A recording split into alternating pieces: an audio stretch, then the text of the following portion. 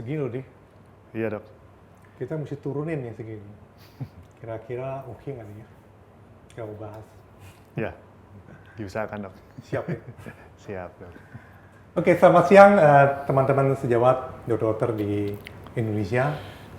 Kali ini episode ketiga kita akan membahas masalah bone yang dimana rusaknya luar biasa secara vertikal dan horizontal. Di sini dengan Dr. Adrian yang akan membantu kita untuk menerangkan seperti apa cara. Cuma bedanya pada saat ini bukan kasus ini yang kita akan bicarakan karena ada suatu hal. Jadi kita akan rubah kasus ini dengan kasus yang lain yang mirip dari yang ini. Coba kita bisa lihat Dr. Adrian dari mana? Iya dok. Oke, ini dia case-nya bahwa ini sama, bahwa tulangnya juga hilang secara vertikal dan horizontal, dan ini adalah suatu tantangan buat Dr. Adrian karena biasanya kalau gini sih Dr. Adrian yang kerjain. Oke, terus kemudian selain itu Dr. Adrian mau kasih bonus juga hari ini untuk menceritakan bukan hanya itu aja. Apa aja yang kita bicarakan? Baik dok. Ya. Jadi hari ini yang kita akan bahas adalah itu ya, di depan dulu ya? Iya dok. Bone reconstruction. Betul. Jadi problem yang kita temukan pada praktek sehari-hari adalah kurangnya support tulang penyangga dental implant dan bagaimana kita memperbaiki. Nah, di sini kita akan bahas mengenai bone reconstruction dengan vertikal dan horizontal bone augmentation, dok. Ini yang menarik ini. Ini yang paling susah yang didambakan oleh para dokter gigi. Ya. Baik, dari ridge augmentation Ini klasifikasinya ya? Ya, kita akan bahas lebih dalam lagi mengenai klasifikasi, teknik, dan juga komplikasi, dok. Jadi komplikasi juga dibicarakan juga nih? Sedikit. Sedikit ya? Oke, terus? Ya, ini bonusnya ya? Ya, ini sedikit lebih banyak, dok, dari yang kita bicarakan tadi. Rencananya vertikal aja nih, ternyata ada yang lainnya ya? Baik, jadi klasifikasi dari bone defect tersebut dari sumber yang saya ambil ini ada 4 poin, dok ya. Jadi horizontal, vertikal, kombinasi, dan defect di sinus maxillaris yang disertai dengan tulang bukal maupun vertikal gitu, dok. Oh, jadi di maxillarisnya juga vertikalnya kurang, Ya. horizontal juga kurang. Ya. Jadi ceritanya langsung 3 nih ya? Ya, Horizontal, vertikal, plus sinus sleeve. ya bisa begitu, ini dok. seru nih. Seru. Oke, terus? Baik. Ya, ini yang pertama mengenai defect horizontal. Jadi kalau kita lihat di sini, ini ada skematik dan juga gambar klinis bahwa kalau secara definisi, defect horizontal adalah merupakan suatu hilangnya kontinuitas tulang dari arah insisal atau bukal ke arah palatal maupun ke lingual. Ya, itu yang biasa sering kita ketemuin sehari-hari ya, biasanya betul. seperti itu ya. Ini disebabkan oleh karena penyusutan tulang. Betul, betul. Kemudian ke defect vertikal. Nah, kalau ini hanya beda arah inklinasinya, bahwa kehilangan kontinuitasnya dia dari arah insisa ke arah oklusal. Arah vertikal. Ya, vertikal. Ini yang paling susah ini. Ya, karena menambah ketinggian memang. Iya, ketinggian terus udah gitu biasanya kan melorot dia. Ya, harus stabilisasi. stabil ya. Betul, dok. Terus kemudian soft tissue-nya Soft gimana tissue ya? yang sering kita ketemukan biasanya kalau soft tissue sudah mengalami suatu sikatrik, itu challenge yang beda lagi, dok. Oh, itu kembali lagi tuh. Kalau udah sikatrik itu celengan lagi ya. Kita ngomong celengan tersalah. Iya. Harusnya challenge ya. Oke, terus? Ya. Yang ketiga, ini adalah defect kombinasi. Yang ini ya, kombinasi ya. Kalau kita lihat di sini, kombinasi dari defect secara horizontal dan vertikal. Jadi dia dari ketinggian mengalami defisiensi dan dari lebar tulang juga dia mengalami defisiensi, dok. Ya. Yang keempat adalah defect di sinus maxillaris.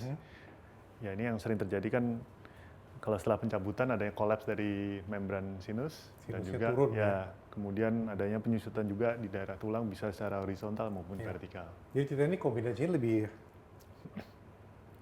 horizontal, vertikal, sama sinus. sinus sleeve. Jadi 3 nih kombinasi ya. 3, dok. Oh, makin seru nih, makin seru. Terus gimana lagi?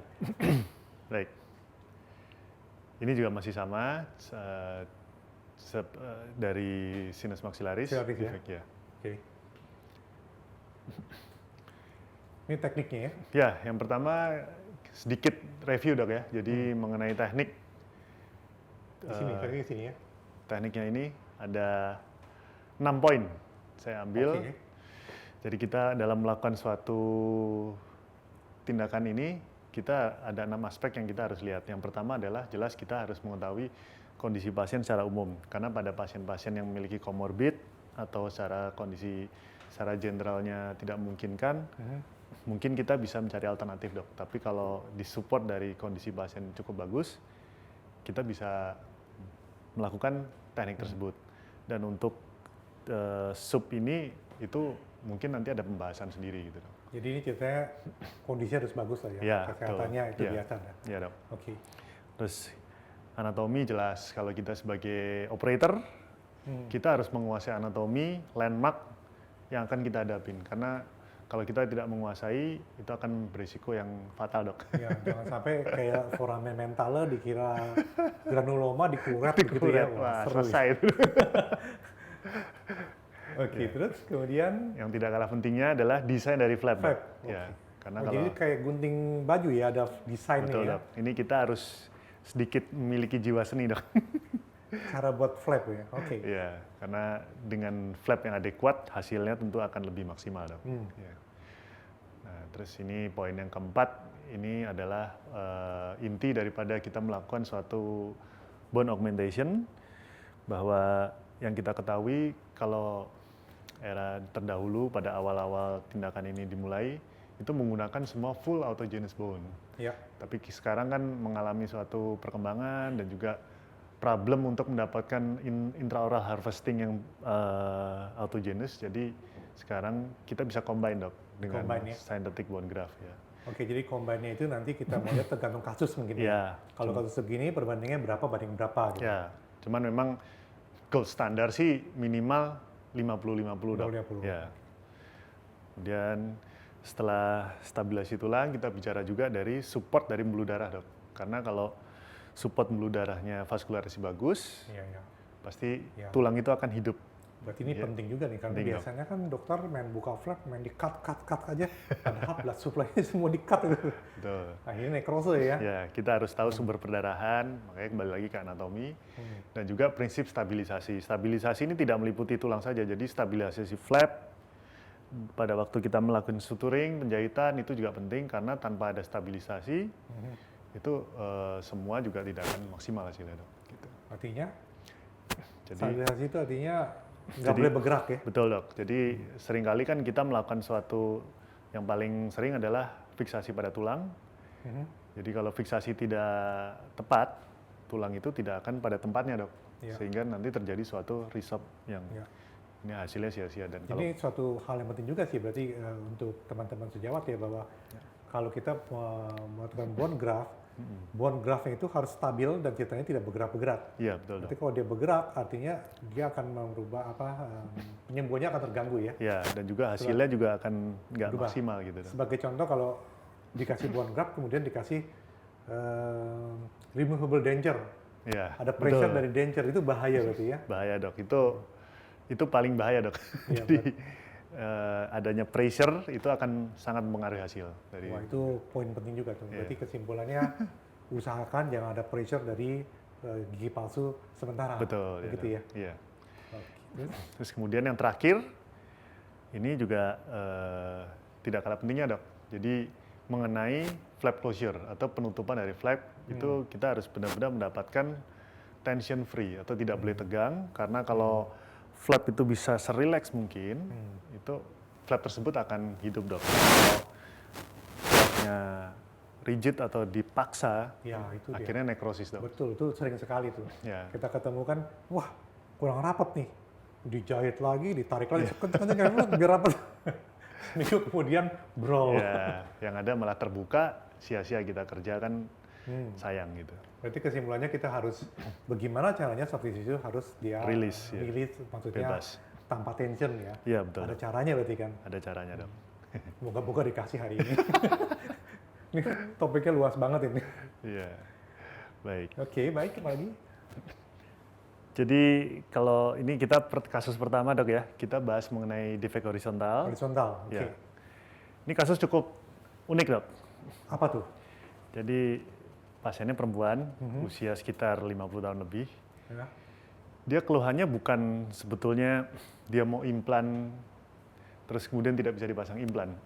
Tapi dia adalah profesinya seorang pengusaha perempuan, jadi dia perlu sosialisasi ketemu orang.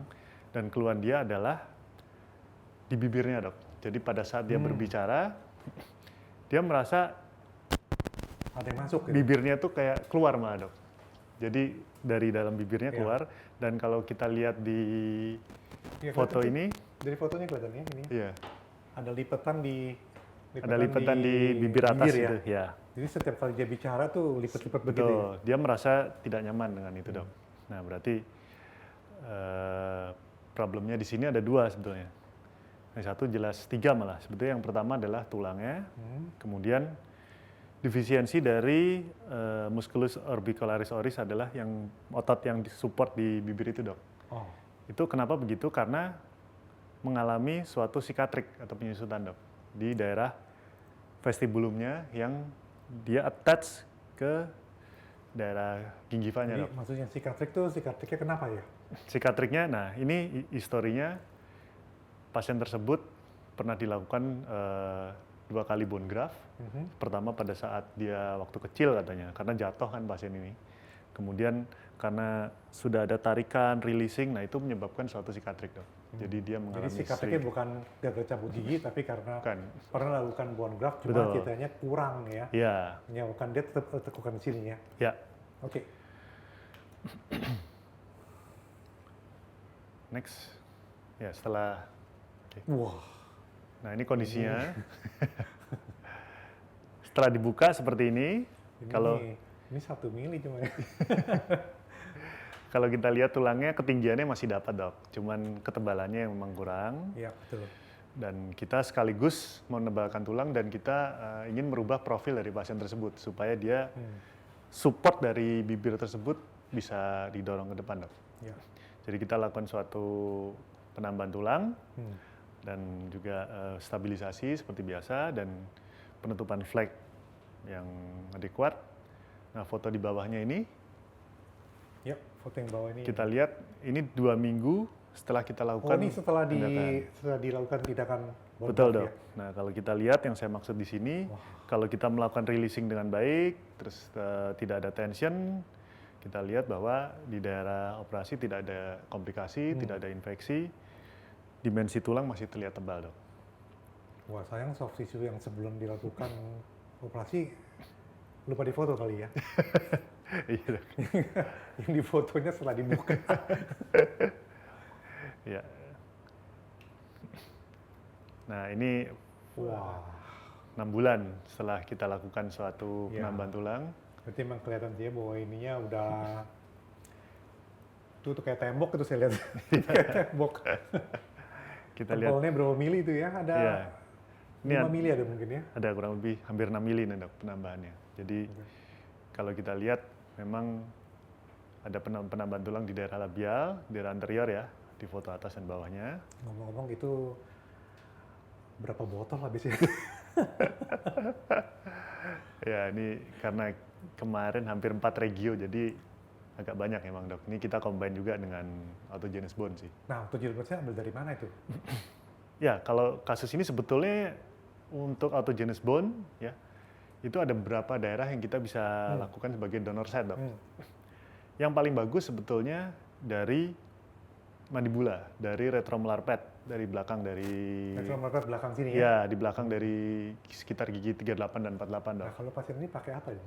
Ya, cuman kendalanya kadang ada problem pasien ini tidak mau, dia bilang kalau bisa jangan dilakukan di daerah bawah. tempat yang lain. Ya, akhirnya sambil dari maksila lebih ke atas ke arah zigoma dok. Jadi lebih tulangnya Sampai zigoma sini. di bawahnya Oke. sedikit. Jadi buka flapnya luar biasa. Ya, kita kerok dari situ terus kita mix gitu dok. Pantas kayak hasilnya kayak. Oke. Ya. Selanjutnya, nah ini kondisi kalau kita dari potongan aksial, Gisel ya? ya Dari Gisel ya? Ya. Dari Gisel. ketebalan tulangnya sudah bertambah. Oke. Wah, ini hasilnya ya. Ini sebelum kita lakukan suatu bone augmentasi sebelah kiri dan sebelah kanan, yang sebetulnya lebih saya mau tekankan adalah kondisi bibirnya, Dok. Jadi kalau kita lihat di bibirnya, Itu kelipat ya. lipatannya sebelumnya dan setelah kita lakukan bone graft 6 bulan, lipatan tersebut hilang.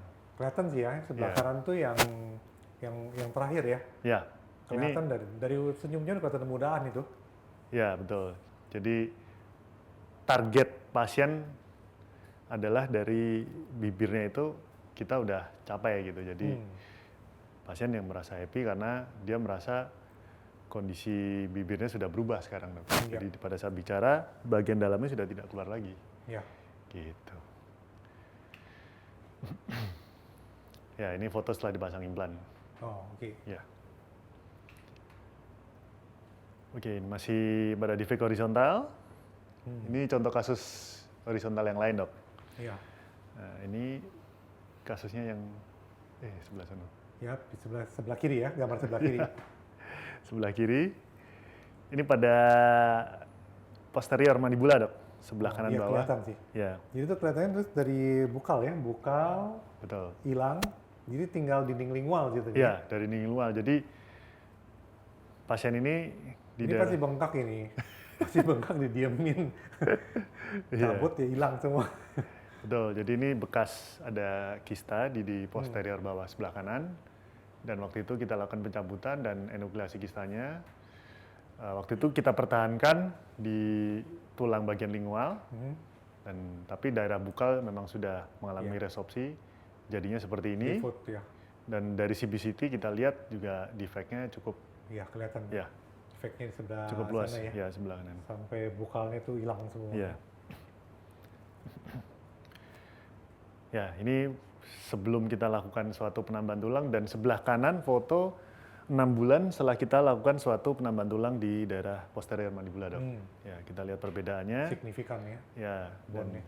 ini kita lakukan juga dengan combine atau jenis bone dengan synthetic bone graft ya. Dan setelah 6 bulan kita lihat tulangnya tetap stabil dan ini terlihat mature. Kita desain untuk pemasangan dental implant.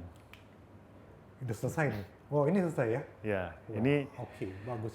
setelah kita pasang dental implant dan crown, ini foto saya ambil yang sebelah kiri, foto CBCT X-ray. Ini ya, ini ya. Ya, yang ini. Ini ya. Ini 1 tahun evaluasi setelah kita lakukan pemasangan dental implant. Wah.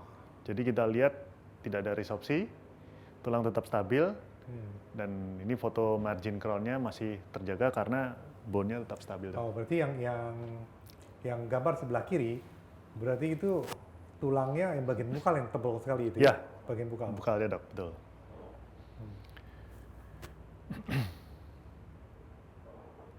Ya, ini foto sebelumnya dan itu yang foto tadi setelah kita lakukan dental implant dan pemasangan crown. Berarti ini gigi 7 loh. Gigi 7, Dok, betul. Kerjanya susah apa gampang sih? Lumayan, Dok.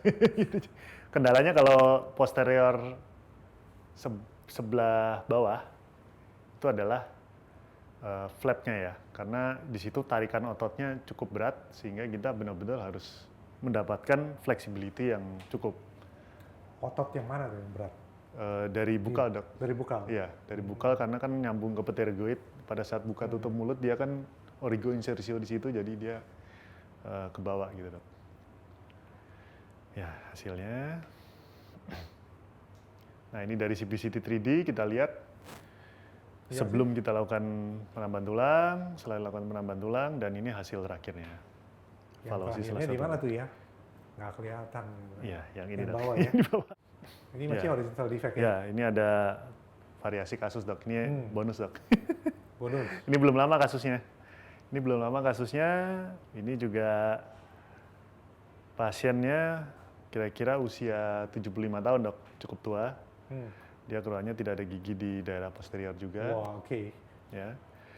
Dia pernah satu kali, jadi historinya pernah dilakukan suatu bone graft dan mengalami failure.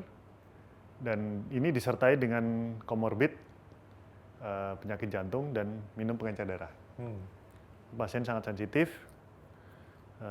Kalau dia pengencer darah cukup lama, risiko perdarahan pasti cukup besar, dok. Jadi kita harus betul-betul menjaga hemodinamiknya supaya stabil. Nah, ini kondisi tulang. Sebelum kita lakukan suatu penambahan tulang ya. Maaf nih gambarnya agak kecil. Gimana nih? Gambarnya agak kecil. Sebelah sini, bukan? Iya. Sebelah sini bukan ya? Iya betul, dok. Sebelah kiri pokoknya. Gambar sebelah kiri. Ya, itu dari bukal kepala atas mungkin hanya 3, sekian mili. Jadi kita putuskan untuk melakukan suatu penambahan tulang. Ya, setelah 5 bulan kemudian, nah, kita lakukan CBCT, kita lihat dimensi horizontalnya sudah bertambah, dan setelah kita buka flap, kita lihat sudah terbentuk tulang yang mature atau tulang yang udah jadi dan vital, ada perdarahan yang bagus di situ, kemudian kita lakukan pemasangan implan. Ini yang paling penting. Ya. Setelah ada pasang implan. Betul. Ya. Ya, ini foto OPG setelah kita lakukan pemasangan implan, tulang masih stabil.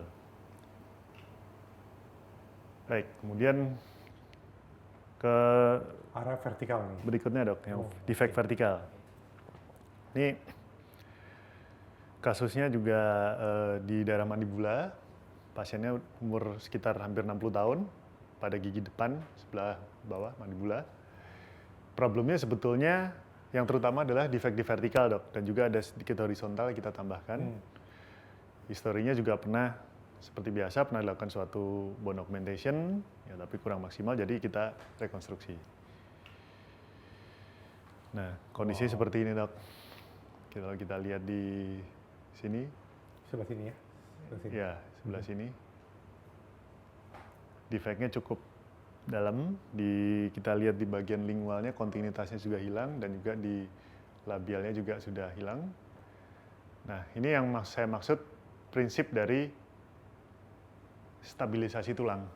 Jadi di sebelah kanan ini ada foto setelah kita lakukan suatu penambahan tulang, kita fiksasi karena kasusnya vertikal, kita gunakan suatu yang rigid, dok. Kalau kita tidak menggunakan suatu yang rigid, itu ketinggian tidak akan tercapai. Kolaps ya, akan turun lagi. Betul. Sebetulnya berbagai macam kita bisa menggunakan dengan mesh atau screw dengan yang bone tenting itu, kemudian tenting ya, bone tenting. Ya. Jadi ini kita gunakan? Ya, kalau ini saya menggunakan membran titanium PTFE reinforced membran. Ya. Baik. Ya. Nah, ini hasilnya. Setelah 9 bulan kita lakukan suatu penambahan tulang, kita lihat di daerah tersebut tulangnya sudah terbentuk tulang yang baru dan cukup stabil. Dan kita lihat, setelah kita lihat tulang, jadi kalau kita melihat apakah tulang itu sudah mature atau belum, kita lakukan drilling, dok. Sekalian kita pasang implan di daerah ini. Jadi tes kalian pasang. Iya. Kita lihat, jadi secara physically dia masih stabil, dan kita lakukan drilling, adanya perdarahan di situ, yang ini saya foto. Nah, itu menandakan bahwa tulang itu hidup. Bagus. Ya. Baik, ini dari foto kita lihat di sebelah kiri awalnya di arah vertikal tidak ada ketinggian tulang, dan di sebelah kanan kita lihat kurang lebih hampir 7 mili itu tulang yang baru. Dan di paling sebelah kanan itu setelah dipasang implan, dok. Ya. Ya, ini kasus yang tadi. Kasus yang tadi ya. Ya, kasus yang tadi ini defect vertikal. Pasien laki-laki juga usianya sekitar 50 tahun lebih, kehilangan gigi di anterior maxilla. Ini problemnya secara vertikal dan juga ada horizontal. Ya. Riwayatnya pernah dilakukan suatu penambahan tulang dan mengalami gagalan, dan adanya pemasangan implan juga kurang suplai mungkin dari osifikasi kurang maksimal. Kira kita perbaiki, dan setelah kita buka kita bisa lihat defect secara vertikalnya cukup Wah, ekstrem ya. 5 mili ada kayaknya ya. 5 mili. Iya dok. Nah ini prinsip yang seperti tadi juga, ini ada stabilitas dari bone harus bagus. Jadi dipasangin pin ya, gitu Iya ya, dok, supaya dia stabil. stabil nggak bergerak. Betul. Ini salah satu prinsip yang saya bilang tadi bahwa kita melakukan satu bone graft adalah stabilisasi dan membran. Tapi membran itu bagaimana caranya supaya membran itu tetap diam atau stay di situ. Bisa dengan bone Terus tag. pertanyaannya, pasien itu bengkaknya kayak apa itu? Bengkaknya lumayan dok. Kayak orang dikebukin ya. Iya, tergantung dari respon orang juga sih dok. Kalau dia yang sensitif, kadang pada orang yang tertentu dia mudah lebam seperti itu. Nah kalau kasus seperti ini biasanya suka ada ya seperti kayak hematom seperti itu. Berarti pasti ada. kesimpulannya pasien ini pasti bengkaknya besar ya. Terus Lumayan. juga ada hematom juga ya. Ya kadang suka ada hematom. Cuma karena pasiennya berpikir hasilnya bagus, jadi nggak ada masalah gitu ya. Iya.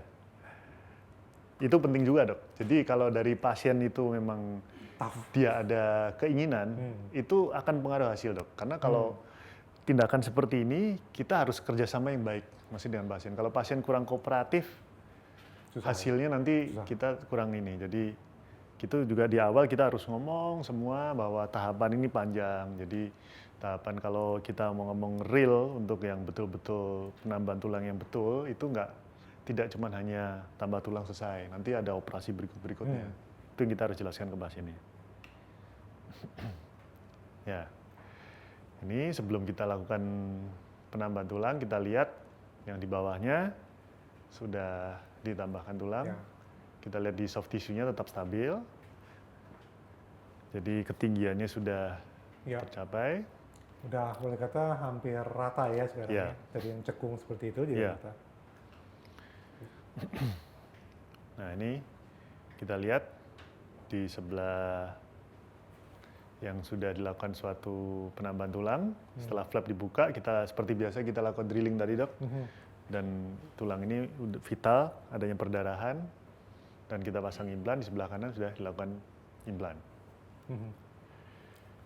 Time period juga penting dok. Kalau untuk menambah ketinggian memang kita perlu waktu lebih lama. Ya. Kurang lebih sekitar 9 bulan. Oh, jadi temporary jangan sampai nggak dipasang gitu. Karena ya itu tadi dok, makanya kita juga harus kasih tahu ke pasien bahwa dia menggunakan temporary harus kurang lebih mungkin dia berharap 1-2 bulan, nah itu kan nggak mungkin. Jadi kita harus kasih tahu mungkin 9 bulan, setelah implan 3 bulan bisa setahun dia pakai temporary. Jadi kita kasih temporary-nya pun di pontiknya harus ada Iya, space iya, harus supaya yang nggak ada pressure. sanitary dok, dia nggak boleh ada pressure. Baik, kemudian ini melanjut ke Ini kombinasi. defect kombinasi dok. Ya, ini kasusnya pada anterior ya, anterior maksila. Ini pasiennya sekitar 49 tahun. Ya, ini kalau kita lihat memang defect di maksilanya cukup luas ya. Maksudnya cukup tinggi Ini vertikalnya. ngomong-ngomong kayak gini ya, Ustaz Dian. Iya dok. Sebenarnya pasien ini keluhannya apa ya sampai kok dia mau ya? Ya, ini juga unik dok. Ini kebetulan pasiennya seorang Japanese dan dia merasa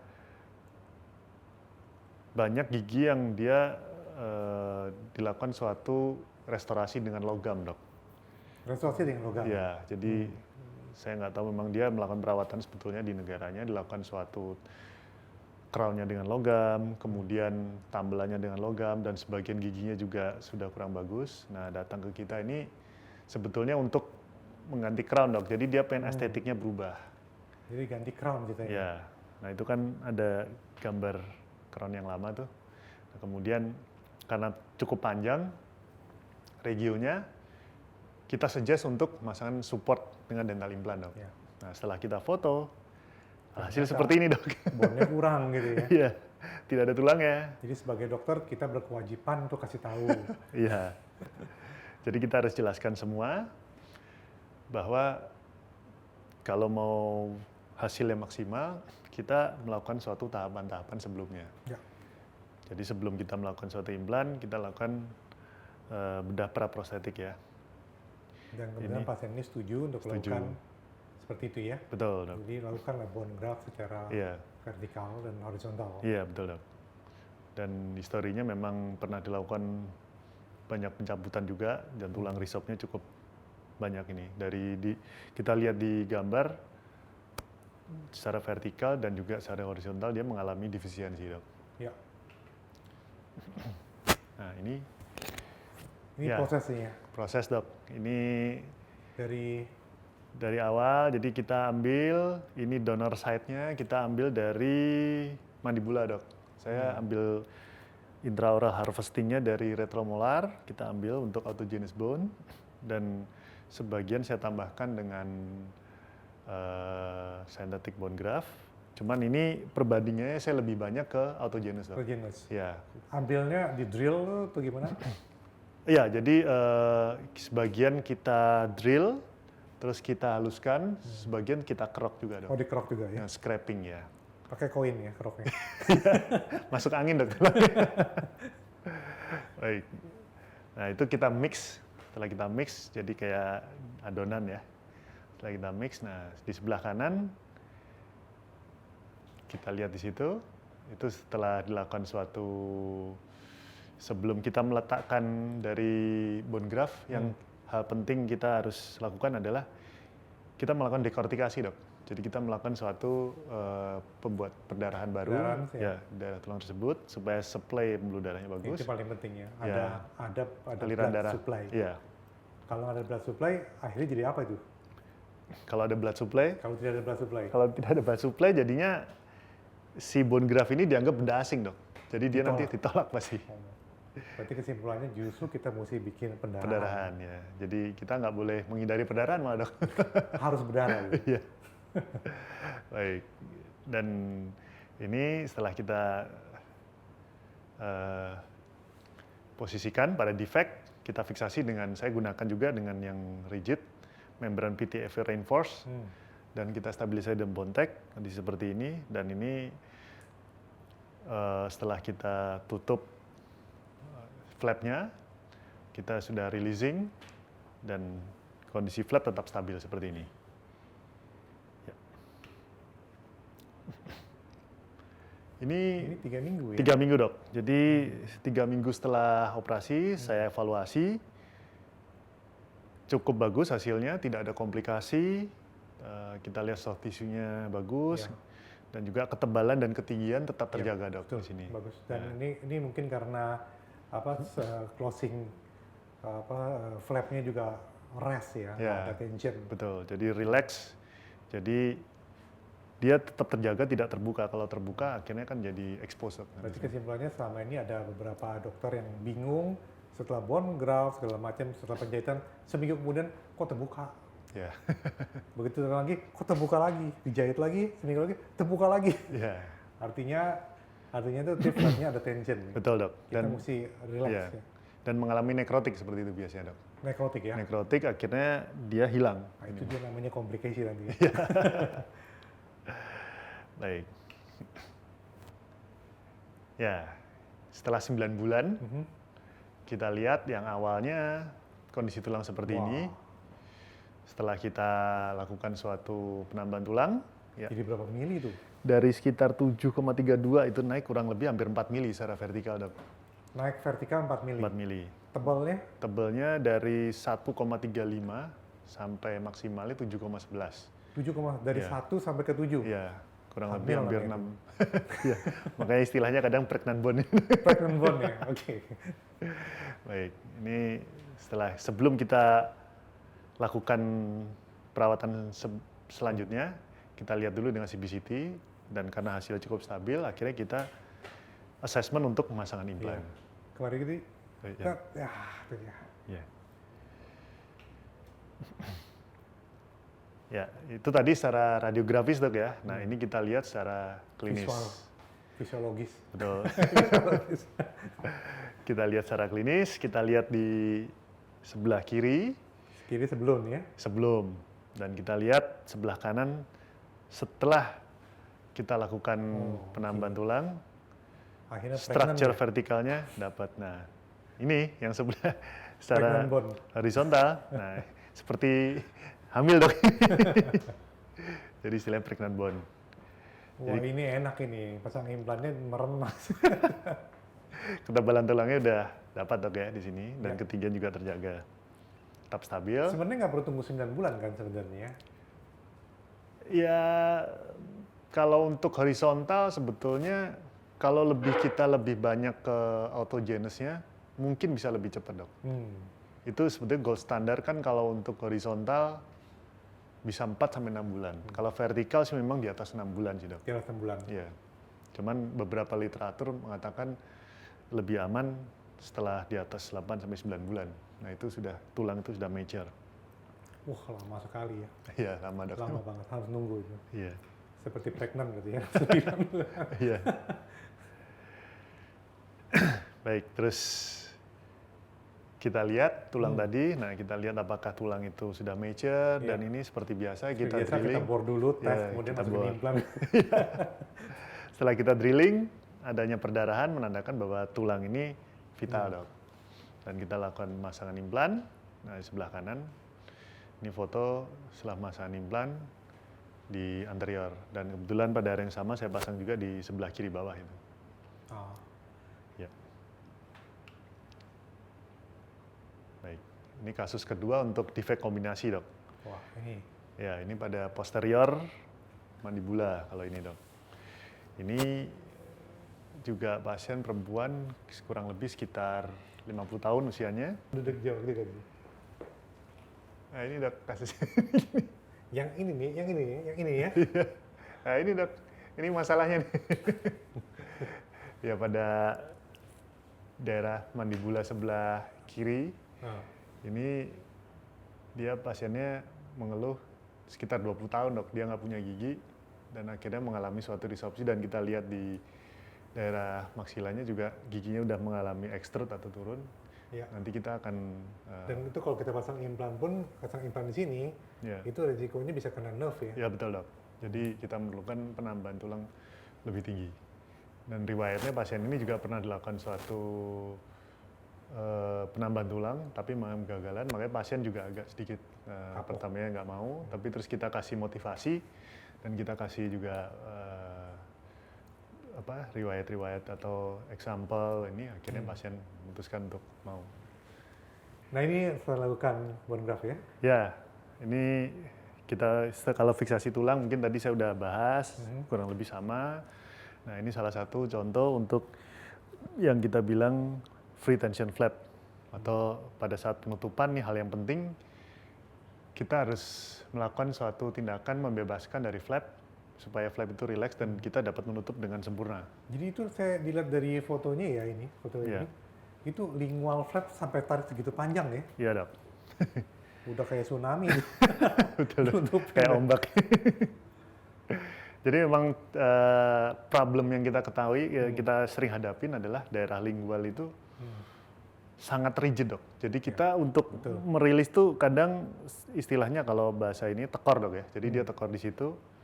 Mungkin kita kompensasi dari bukal pun masih kurang. Apalagi kalau kita ngomong udah kasus vertikal seperti ini, baik dari lingual dan bukal tuh kita harus betul-betul ketemu. Dan memang harus kita releasing dua-duanya dok. Releasing bagian lingual ya? Iya. Danger zone gitu. Danger zone. Ya. Makanya kita juga harus, yang tadi saya bilang, kita harus mengetahui anatomi, kita juga harus mengetahui prinsipnya, karena memang daerah lingual ini banyak struktur penting yang kita harus hati-hati gitu. Kira-kira kalau kayak gitu rahasianya itu, yang namanya nerve lingualis sama arteri lingualis, kelihatan nggak di situ ya? Iya. Jadi kalau kita sudah lepasin dok, jadi kalau kita sudah lepaskan dari... Tunggu. Maksudnya dilepasin, buka flap dilepasin dari nerve sama dari pembuluh darah? Lingual? Lingual, jadi kalau pada saat kita pisahin flap dari tulang, nah itu kita nggak boleh melakukan releasingnya itu tidak boleh di tengah-tengah jaringan dok, harus dapat tulang semua. Karena kalau kita dapat di tengah-tengah jaringan, itu ada lingualis, nah arteri sama bahaya di situ. Kalau kita sampai kena ke structure itu bisa perdarahan. Makanya kalau kita udah yakin itu ketemu tulang, kita singkapkan ke atas, itu pembuluh darahnya keangkat. Peristium ya? Ya, jadi full flap lah pokoknya. Full flap, harus full flap. Ya. Itu rahasia dari kejadian. Buka sampai full flap. Ya, kita harus rilis full flap, kita harus ketemukan tulang. Dan kalau untuk mencapai lingual ini memang kita harus melepaskan origo insertio dari si flap lingual ini, Dok. Jadi intinya kita harus mencapai dasar dari mylohyoid muscle. Mylohyoid Ya. muscle, oke. Makin serem dengernya. Baik. Terus kemudian kalau daerah bukal kita juga lihat, nah sama kita juga harus dapatkan flexibility dari flap yang kita ukur, dan ini dalam kasus ini kita lihat flap bukal kita rilis sampai udah bisa ke daerah lingual. Ya, kelihatan. Jadi sampai bukalnya ke lingual katanya itu. Iya. Jadi soft tissue-nya itu pada saat penutupan betul-betul end to end, Dok. Jadi dia nggak boleh ada open. Jadi di dia situ. tidak begini tapi Lebih ke atas. end to end gitu. Iya, betul. Udah kayak itu ya, kayak pangsit ya. Iya. Oh iya, ini nih, ini kelihatan flapnya ya. Ya. Bentuk flapnya jadi benar-benar naik ke atas seperti itu ya. Ya. Ini 2 minggu setelah dilakukan suatu tindakan ini, Dok. Kita lihat, kita evaluasi. Ini tidak ada infeksi, tidak ada komplikasi, flap masih stabil, tidak ada yang expose. Ya, pasien juga udah mulai healing, pembengkakan sudah mulai ini, dan juga hasil tulang tetap stabil tentunya. Jadi dengan kata lain, kalau seandainya jadi pembengkakan paling cuma 2 minggu. Iya, biasanya fase-fase krusialnya itu kurang lebih sekitar hari ke-5 lah, hari ke-5 sampai 1 mingguan lebih sedikit. Nah itu bengkak itu di daerah lingual, lidah, Iya. atau daerah bukal? Eh, Atau dua-duanya? bisa dua-duanya, Dok. Iya. Ngomongnya susah dong berarti. Iya. Tapi lebih ke arah bukal biasanya bengkaknya, Dok. Oke. Ya. Ya, setelah Wah, ini hasilnya ya. ya setelah 9 bulan Wah, kita lihat dari kondisinya setelah kita buka flap, terlihat kayak ada sosis, Dok, di sini. iya, iya. Ini bukan pregnant lagi nih, Man. Ini sosis namanya. Sosis Jerman, Dok. Sosis Jerman. Bratwurst. Oh, ini mah enak banget. Ya, kalau kita lihat tulangnya sudah terbentuk.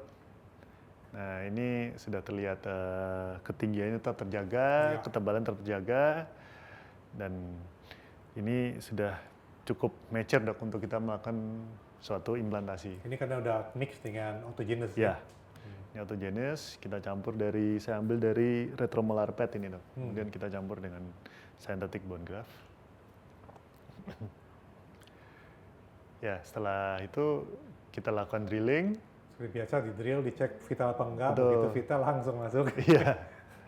Kita lihat primary stability-nya dapat. Jadi si tulang itu menandakan bahwa tulang itu tetap stabil, Dok. Jadi kadang kan bone graft kita juga harus lihat kalau cukup ekstrim kita lakukan ini 3-4 regio, Dok, ya. Yap. Kita takutnya kan pada bangunan tersebut kurang kokoh, Dok. Kurang kokoh, takut jembatannya ambruk. Nah, setelah kita lihat cukup stabil, Langsung pasang 3. ya kita lanjutkan langsung masangan implan. Kenapa nggak M3 sekalian nih? Susah ngelarinya, Dok. Implan dia. Ya. Nah, ini kondisi sebelum melakukan suatu penambahan tulang. Nah, ini setelah kita lakukan penambahan tulang Ya. dan masangan implan sekaligus dengan yang atas kita juga atas masih juga sekalian ya? Ya, langsung atasnya dipasang juga, Dok. Oke. Nah, Ini penyembuhannya ya? ya, Dok. Ini fenomena yang di sini sering dihadapi, Dok. Ini juga ada poin yang mungkin saya akan sharing juga. Jadi konsekuensi kalau kita melakukan suatu tarikan daripada dari flap yang saya bilang tadi tension free segala macam, pasti ada konsekuensi.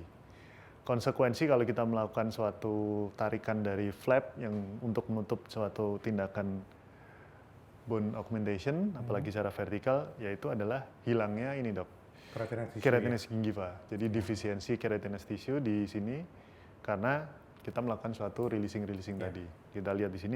Kalau kondisi seperti ini, mungkin banyak yang bertanya kalau seperti ini dilakukan suatu dilakukan suatu pemasangan prosthetic crown, sebetulnya masih oke, Dok. Cuman saya tidak menganjurkan karena nanti embrasiur makanan pasti akan langsung mencapai ke Pasti ada pocket nanti. ya nanti ujung pocket dan itu mengaruhi stabilisasi implan dan tulang. Soft-nya hilang nanti. Betul dok, nanti jadi lebih fatal nanti. Jadi sekarang ceritanya kalau kasus seperti ini sebaiknya dikasih bikin lagi keratinitis tissue begitu. Ya betul dok.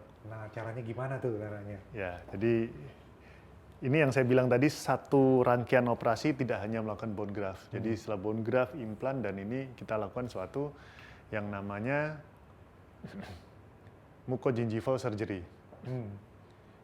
Oh, Ini suatu mucogingival surgery.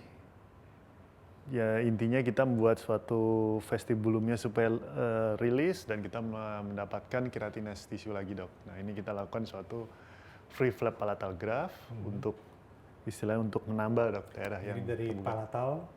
palatal diambil, ditaruh di bagian ini ya. Ya yang Di bagian mengalami defisiensi keratinitis. Ya buka. Kekurangan keratinitis tissue. Ya betul. Setelah 2 minggu kita lihat keratinitis tissue-nya sudah terbentuk. Oh. Ya, dan 2 minggu ya? Ya 2 minggu dok. Dan seperti ini kita bisa melakukan suatu Prosto ini ya? prosthetic crown-nya dok. Ya. Nah ini hasil akhirnya. Final prosesnya dengan full attach keratina gingivanya. Jadi kalau seperti ini sudah relatif lebih aman dok. Ya. Baik, ini adalah kasus terakhir dari kombinasi defect. Ini sama. Di sebelah mandibula sebelah kanan, pasiennya perempuan. Kondisinya juga dengan kasus sebelumnya mirip, hanya ini sebelah kanan. Riwayatnya juga sama. Ya, melakukan suatu bone graft. Ini problemnya adalah defect secara vertikal dan horizontal. Nah, kita lihat ini defectnya cukup jelas. Jadi di daerah tersebut mengalami kurangan dimensi tulang ya dok. Iya, ke sini. Iya. Ya. Nah ini kita akan rekonstruksi. Ini setelah kita flap seperti ini. Ya sama, ini tadi dengan kasus sebelumnya, tetap kita harus merilis bagian Tetap kita bikin tsunami lagi. tsunami lagi. Tsunami lingual. Iya. Nah ini kita lakukan stabilisasi tulang dengan pemasangan PTFE reinforced membrane supaya stabil tulangnya. Nah ini foto kita bisa lihat sebelum dan sudah kita lakukan suatu penambahan tulang. Sini? Ya, kita lihat perbedaannya sebelum dan sudah. Ya, kayak gunung tuh kelihatan. Ya.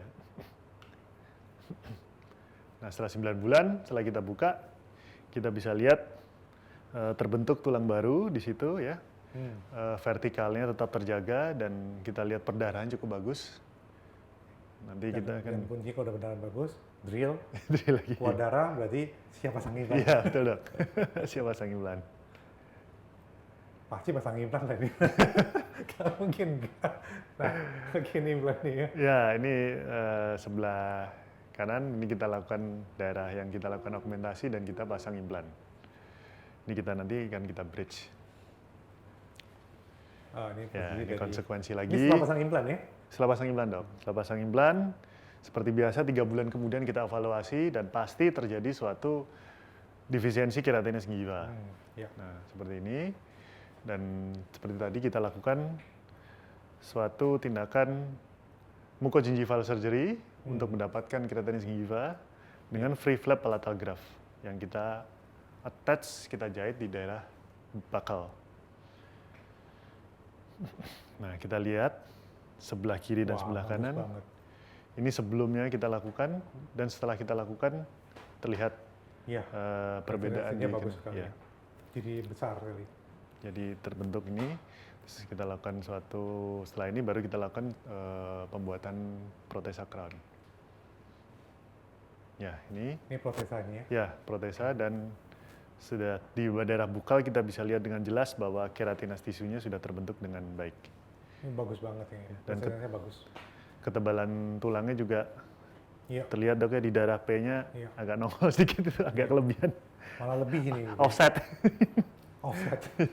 Tapi asalkan dia tidak expose, saya rasa cukup aman. Ini bagus sih kalau untuk pasien-pasien yang merasa pipinya itu masuk ke dalam, ditebelin gitu. jadi cabi dok. Iya, cabi bener. Baik. Ya, ini pada kategori yang keempat, kita bicara mengenai defek sinus maxillaris yang disertai juga dengan defek tulang juga. Nah, ini pada kasus ini pasiennya perempuan sekitar 60 tahun dok ya, jadi dia kehilangan gigi di sebelah kiri atas. Problemnya adalah kita lihat dari CBCT 3D-nya ini, dinding dari sinus wall-nya ini sangat tipis sekali dok. Kalau kita lihat hanya 0,5 mili. Di bagian bukal ya? Bagian bukal dok. Kemudian terus daerah oklusalnya hanya 2,3 mili dan seperti ini tentunya implan apa ya begini? saya juga bingung ini kalau implan sependek ini kalau ini. Terus kemudian kita coba rekonstruksi dengan melakukan suatu tindakan sinus lifting dan penambahan tulang. Ini Setelah kita lakukan suatu sinus lift, kita lihat tulangnya masih stabil di sebelah kiri atas. Nah, ini 6 bulan kemudian kita lihat tulang bukalnya sudah terbentuk dan juga tinggi dari oklusal yang tadinya 2 sekian mili sekarang udah sekitar hampir 11 mili. Jadi kita mendapat ketinggian untuk ke daerah sinusnya kurang lebih hampir 8 mili lah ya. Nah, ini setelah kita lakukan suatu implan, kondisi tetap stabil tulangnya dan implan masih tetap stabil. Ya, oke. Nah, ini foto sebelum dan sudah. Ini evaluasi kurang lebih hampir setahun juga setelah dilakukan pemasangan dental implant. Ini kita setahun ya? Ya, tulangnya masih tetap stabil, tidak ada penyusutan. Ya, kemudian ini juga ada kasus mengenai tetap masih pada sinus maxillaris. Gigi yang mana ya ini? Gigi 26 ya? Sorry dok, ini gigi 24 dok. Jadi 24. Ini kasus cukup unik dok. Gigi 24, ini pasiennya laki-laki 60 tahun. Dia keluhannya datang bukan karena nggak ada gigi. Sebetulnya kalau kita lihat di sini, jadi di foto ini, gimana ya? Juga gini. Ya. Aduh. Nah foto ini, kalau kita lihat, nah ini ada bridge atau jembatan di sini. Ini sebetulnya pasien masih ada gigi, cuman dia keluhannya sakit di daerah pipi sebelah kiri atas dan pasien ini melibat alergi yang cukup parah sehingga dia merasa nggak nyaman. Akhirnya kemudian dia sempat berobat ke teman sejawat INT, THT, kemudian dicek ini kemungkinan dari giginya. Nah problemnya bukan dari gigi, sebetulnya dari daerah 6-nya ya, jadi justru malah dari 4-nya ini. Kalau kita lihat di situ ada radiolucent sih. Nah akhirnya karena gigi tersebut sudah mengalami gangren dan dirawat root canal tapi masih ada lesinya, akhirnya kita putuskan untuk cabut gigi 24-nya dan sekaligus saya debridement daerah sinusnya dok. Cuman memang saya bukanya nggak dari lateral, tetap dari soket tersebut. Jadi habis cabut langsung dikuret langsung ke sinus, ya, sinus. Kita bersihin semua dari soketnya, kita bersihkan debridement di daerah sinus. Ya. Nah, ini hasil kerja saya acak-acak sinusnya dok. Iya, jadi sinusnya turun ke bawah tuh, marah sinusnya. Sinusnya saya obrak-abrik akhirnya jadi turun ke bawah dok. Iya, marah pasti itu. Kemudian ditanya sama pasiennya, terus bagaimana dok? Pusing lagi. Naikin lagi. Nah, akhirnya kita bilang ya karena kondisi seperti ini, tapi giginya masih oke, jadi kita nggak apa-apain. Terus kemudian yang daerah 24, 25 karena kondisi seperti itu, akhirnya kita coba rekonstruksi. Ya, wah, ini sisa dinding dari oklusal cuma 1,6, hampir 2 mili kurang. Dan problem yang lain cukup unik ini adalah dari membran Snedderian atau dinding sinus itu dok mengalami kerusakan karena ya tadi saya bersihkan itu dia gitu. Akhirnya kalau kita lihat di tanda panah itu saya nggak bisa ngambil gambarnya karena terlalu dalam ya dia. Jadi tanda panah itu bekas sisa akar ya, maksudnya tempat bekas dulu. Betul dok. Akar. Ya. Jadi tidak setelah berapa bulan ini? Ini kurang lebih setelah pencabutan hampir 4 bulan dok. 4 bulan jadi tidak terbentuk tulang gitu ini? Iya, tidak terbentuk tulang dan juga daerah di bekas pencabutan juga itu langsung berbatasan dengan sinus-sinusnya yang pembentukannya kurang bagus gitu dok. Jadi pas lagi open flap, itu berarti flapnya ada yang masuk ke dalam lubang itu kan? Sebagian ada dok. Jadi kita releasingnya pelan-pelan, kita lepasin supaya dapat ketebalan sini dan kalau bisa kita lebih mengamankan daerah membran sinus yang ke dalam. Jangan-jangan itu flapnya sama sinus nempel jangan. Iya, ada sebagian dok, tapi ketahan tulang sih sebagian. Jadi pas kita tarik gini, sinus ikut ketarik keluar ya? Sedikit Membrannya. ada dok. Iya. Kemudian dirilis. Iya. Seru. Kita rilis, terus kemudian, nah ini kita harus, jadi ini bersamaan. Kita mulai dari belakang, setelah kita lakukan lateral Open window window, teknik ya, kita rilis ini, daerah yang kita naikin daerah 25 masih aman dok, tapi begitu saya telusuri ke arah depan, itu mengalami suatu kayak dia tidak rigid gitu dok, karena tulangnya tidak terbentuk dasarnya dan batasnya nggak jelas, pasti ada daerah yang rupture, akhirnya kita bebasin sebisanya, kita bersihin terus kita jahit lagi di situ. Jadi kita Jadi jahit. artinya pas lagi sinus itu membran ditelusuri dari 5 ke 4, Ya, itu terlihat bahwa terasa bahwa ada something ya. situ. Dasar tulangnya itu tidak sesmooth yang gigi 25 gitu. Jadi artinya kemungkinan membran dari sinus itu nempel mungkin dengan Nempel betul dok. Sebagian ke dengan perios. periodontium. Iya. Jadi kita dapetin, setelah itu yang bisa kita jahit dan Apa yang jahit itu ya? jaringan dok. Jadi si dasar sinusnya itu kita jahit seininya. Jadi yang kelihatan rupture kita jahit karena pasti Jadi yang dijahit itu membrannya itu? membrannya dok. Dia dijahit itu nggak robek dia? Kalau kita dapat yang membran yang sehat cukup tebal sih dok. Kita carinya yang sehat ketemu Jadi sehat. pakai apa yang bisa disop punya ya? Iya. Disop. Kita Benang pakai resop ya? benang risop dok. Sorry. Pakai benang risop ukuran 60 kurang lebih. Oh, oke. Iya. Kecil kan 6. Kecil ya. Nah setelah itu kita kasih dasar, mungkin kalau perlu kita bisa tambahkan membran segala macam untuk supaya memperkuat dasar sinus tersebut. Ya, dan ini kita tambahkan tulang di setelah sinus lift dan bukalnya juga kita daerah yang kosong tadi kita tambahkan tulang. Karena kasusnya ini tidak melibatkan vertikal hanya horizontal. Kita fiksasinya sedikit sih ini, tapi kita lebih ke horizontal dok. Jadi kita fiksasi dengan yang membran yang resolvable. Dan tapi tetap prinsip stabilisasi tulang dengan fiksasinya yang baik tetap kita harus lakukan. Kita fiksasi dengan bontek dok ya, seperti ini. Nah kita lihat ini sebelum kita lakukan suatu bone augmentation. Susah yang kanan. Ya, dan ini sebelah kanan setelah kita lakukan setelah kurang lebih hampir Geser kanan. ya, 3-4 bulan nih kurang lebih. Baik, dan cuman kasus ini saya belum melakukan suatu masangan implantasi karena pasiennya agak sibuk ini dok, berhalangan. Jadi nanti mungkin next baru saya bisa tayangkan kalau ini. Saya udah bisa bayangin. Jadi next datang, buka, drill, kalau ada pendarahan, implan masuk. Baik, ini kasus terakhir ya mengenai sinus maxillaris. Juga ini belum lama ini, baru beberapa minggu. Ini pasien kebetulan laki-laki 55 tahun. Problem utamanya adalah jujur aja ini pasien perokok berat dok. Perokok berat? Ini sebetulnya tantangan juga buat kita sebagai operator nih, kita melawan prinsip dasar itu. Iya.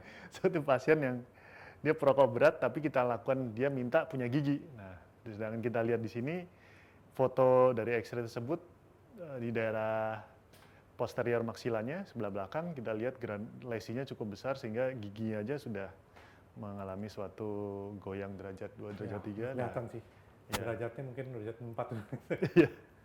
Perokok berat itu berapa bungkus sehari? Pengakuan pasien sih katanya sekarang udah berkurang 2 bungkus, sebelumnya bisa 3-4 bungkus.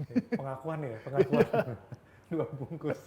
Ngomongnya demikian dok, ya tapi kita coba dengan segala konsekuen kita harus jelaskan ke pasien itu yang penting informed consent juga jangan lupa. Ya. Informed consent itu sangat penting karena kalau dengan kondisi pasien yang mungkin expect-nya terlalu tinggi, takutnya nanti kita harus kasih tahu ya kita usahakan dengan segala resiko yang semua kita beritahu.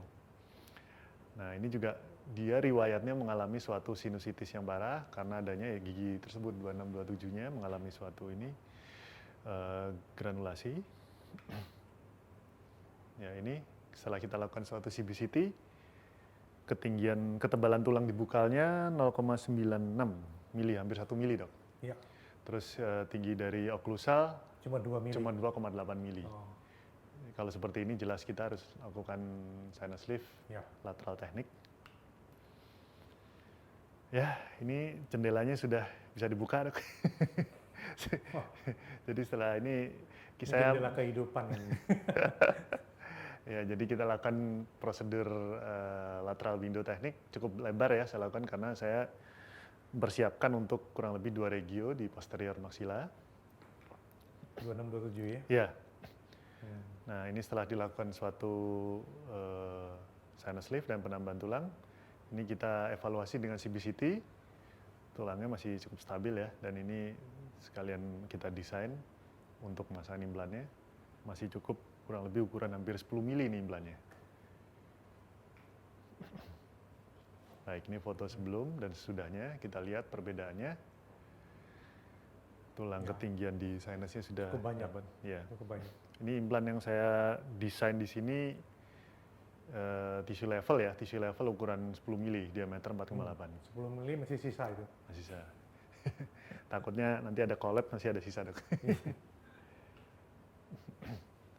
Nah ini ini yang sebetulnya paling tidak diharapkan ya dok. tidak diharapkan. Dari semua operator adalah suatu terjadi komplikasi. Tapi ya memang kita harus siap menghadapi suatu komplikasi itu karena bisa terjadi pada siapa saja dok. Ya. Jadi dalam artian karena kasus seperti ini, Waduh, ini kalau lihat begini pasien datang dalam keadaan kayak gini, waduh. Lihatnya gimana itu. pasti kita udah lemes aja dok ngeliat hasil kerja keluarnya begini dok. Soft tissue kemana-mana. Nah ini kenapa bisa terjadi seperti ini? Kalau kita lihat di sini sebetulnya kalau pada slide saya sebelumnya terlihat soft tissue yang bagus itu kan warnanya sesuai dengan normal, warnanya agak merah pink gitu. Kalau kita lihat di sini warnanya sudah berubah ya, ada yang warna lebih gelap dok, kemudian dari gelap itu terbitlah putih. Itu udah tinggal menghitung hari aja deh, kalau dibiarin udah akhirnya terbuka seperti yang sebelah kanan. Dari gelap-gelap itu berubah putih ya. Putih itu artinya membran ya. Nah, sebelum ini akhirnya sudah terlihat ini, udah saya bilang kalau seperti ini memang kita harus segera mengambil keputusan. Jadi sedikit saya bahas mengenai komplikasi dok ya. Cuman karena topik komplikasi tersebut ini mesti dibahas dengan topik sendiri. Topik sendiri ya. Ini cuma garis besar aja Garis ya. besar, ya. Supaya nggak penasaran. Jadi pada komplikasi itu ada, kita bisa bedakan untuk yang low grade infection dan high grade infection. Kalau kasus seperti ini contohnya udah langsung yang high grade infection. High grade, ya. Kalau yang low grade mungkin flap masih terjaga, tapi kadang kalau kita lihat pasien itu ngeluh agak seperti tidak enak dok di daerah yang kita lakukan suatu penambahan tulang, dan kadang bisa adanya pus, terus kayak bengkak seperti itu, tapi flap masih tetap tidak nekrotik seperti ini. Itu biasanya terjadi karena supply pembuluh darahnya kurang dok. Jadi si bone graft tersebut mengalami immature, dia tidak bisa mengalami ossifikasi normal sehingga dia dianggap benda asing oleh tubuh dan akhirnya terjadi suatu mulai rejection. Kemudian terjadilah produk-produk kayak pertahanan seperti pus atau mungkin pembengkakan. Karena dianggap itu benda asing. Iya, betul. Nah kalau terjadi seperti itu, kalau kita bilang masih low grade infection, kita mungkin bisa, kalau untuk kasus vertikal, kita bisa pertahankan mungkin sampai 7 minggu. Kurang lebih hampir 2 bulan, kita pertahankan. Setelah 2 bulan, kita harus buka lagi dok, kita harus buka lagi. Kenapa harus 7 minggu? Karena soft tissue sudah mengalami penyembuhan dan ketinggian vertical height tulang itu udah stabil dok. Jadi kita kan tujuannya untuk mencari vertikal. Setelah itu baru kita bersihkan. buka lagi, mungkin membran kita bongkar, kita ganti, kemudian kita closure lagi. Tapi kalau pada kasus-kasus high grade seperti ini terjadi biasanya range 7 hari sampai 2 minggu dok. Kalau seperti ini kita harus segera dalam waktu 1 minggu sebelum 2 minggu kita harus buka lagi langsung ini dok, seperti ini. Dan kita buka lagi dan kita lihat masalahnya di mana. Kalaupun misalnya ada membran expose seperti ini sudah pasti membrannya tidak berfungsi dengan yang kita mau dok. Jadi sudah terkontaminasi. Iya, terkontaminasi dan juga dia sudah tidak pada tempatnya. Jadi percuma kita bertahan, kita mesti bongkar, kita bersihkan sebisanya. Kalau perlu kita tutup lagi, tulang yang ada itu kita tutup dengan resolvable membran, kemudian kita jahit lagi seperti itu. Ini mungkin hanya sebagian sebagian mengenai komplikasi dok. Jadi prinsip dasarnya seperti itu. Jadi kalau mau lebih tahu lagi, nantikan episode selanjutnya. Iya, baik dok. Ya, Oke. pada akhirnya ini ada kesimpulan dok. Jadi dari semua yang kita sudah bahas, ada beberapa poin yang kita bisa ambil. Bahwa yang pertama adalah untuk kasus-kasus defek tulang yang cukup luas atau mungkin cukup lebar gitu, itu lebih baik kita melakukan suatu proses penambahan tulang sebelum kita lakukan pemasangan implan dok. Karena ada case tertentu kalau memang defek tulang yang tidak terlalu extremely, mungkin kita bisa melakukan one step. Jadi kita melakukan implan dan langsung menambah tulang sekaligus ya, seperti itu. Tapi kalau yang sudah ekstrem mungkin akan lebih baik kalau kita lakukan 2 tahap, seperti itu dok. Kemudian mengenai rasio, jadi kalau kita melakukan suatu bone graft, mau ini kita bilang untuk yang penambahan tulang ya, jadi memang kita butuh ketebalan atau ketinggian itu, rasio minimal yang kita pakai adalah 50% dari autogenous atau dari tulang pasien tersebut, dan 50% lagi dari synthetic bone itu. Dan itu sudah merupakan gold standard. Lebih banyak kita bisa mendapatkan autogenous bone, hasilnya akan lebih mature gitu. Ya.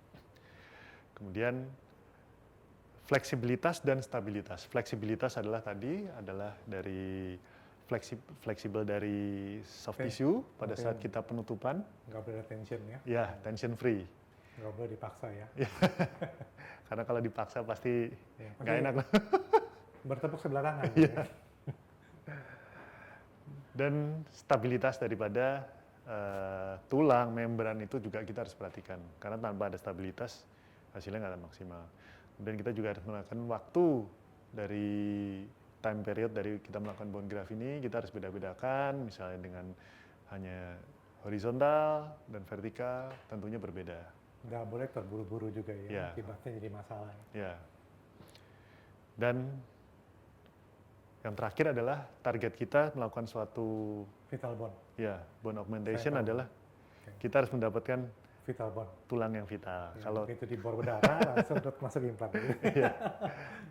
Karena kalau tulang tidak vital, hasilnya nggak akan maksimal. Dengan semua itu kita sudah perhatikan semua, tentunya mungkin kita akan mendapat hasil yang maksimal dan successful rate-nya juga cukup tinggi dok. Seperti itu. Ya, mungkin sudah akhirnya. Selesai sudah. Ya. Oke, terima kasih Dr. Adrian atas semua informasi. Semoga dokter-dokter semua bisa mendapatkan informasi yang lebih banyak lagi dan pengetahuan lebih banyak lagi. Nah, kalau nanti mau tanya, tinggal langsung tanya aja. Dan jangan lupa bahwa season terakhir kita menentukan bahwa sesuatu yang dipermasalahkan dan dipertanyakan semua dokter. Contohnya kalau Sandi, kenapa kita pasang implan kok bisa bagus hasilnya? Kenapa kita lihat tulangnya bagus, segala semua bagus, begitu pasang implan kok bisa gagal? Nah, itu dia. Kalau dokter kepengen tahu, udah penasaran penyebabnya apa, nantikan pada episode selanjutnya, episode yang keempat. Terima kasih.